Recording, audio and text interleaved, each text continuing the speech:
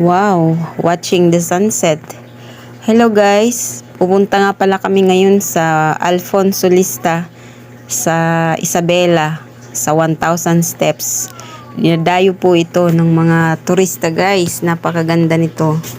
Itong 1,000 steps sa Alfonso Lista. At mula dun sa 1,000 steps guys, matatanaw mo ang Magat Dam. Kaya napakaganda ng view dito guys. Stay watching guys. Mamaya ipapakita ko sa inyo. Ito po yung part 1 ng aking video. Medyo mahaba guys. Kaya mayroon itong part 1, part 2, and part 3. So, paki-watch na lang po lahat ng part guys.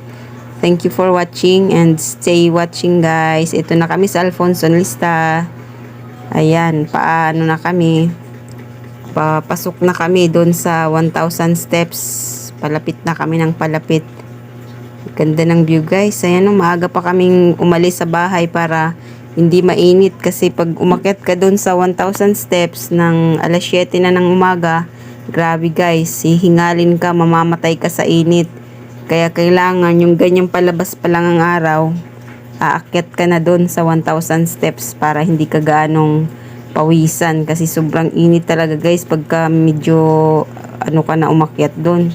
Medyo may araw na. Tsaka kailangan magbaon ka ng isang galong tubig guys dahil tagaktak ang pawis mo kahit walang araw. Sobrang nakakapagod talaga dahil hihingalin ka talaga, yung tuhod mo parang kala mo mababali na sa sobrang pagod. Kaya sa mga pupunta dito sa 1,000 steps guys, magbaon kayo ng tubig tsaka makakain kasi walang mabibilhan ng tubig dun sa taas, walang pagkain.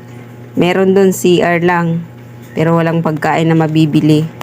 Kaya magbaon kayo guys kasi talagang mahaba-haba ang lalakarin nyo at talagang ihanda nyo na yung sarili nyo sa lakaran na talagang grabe. At paakyat siya, talagang ang tuhod nyo kailangan kondisyon.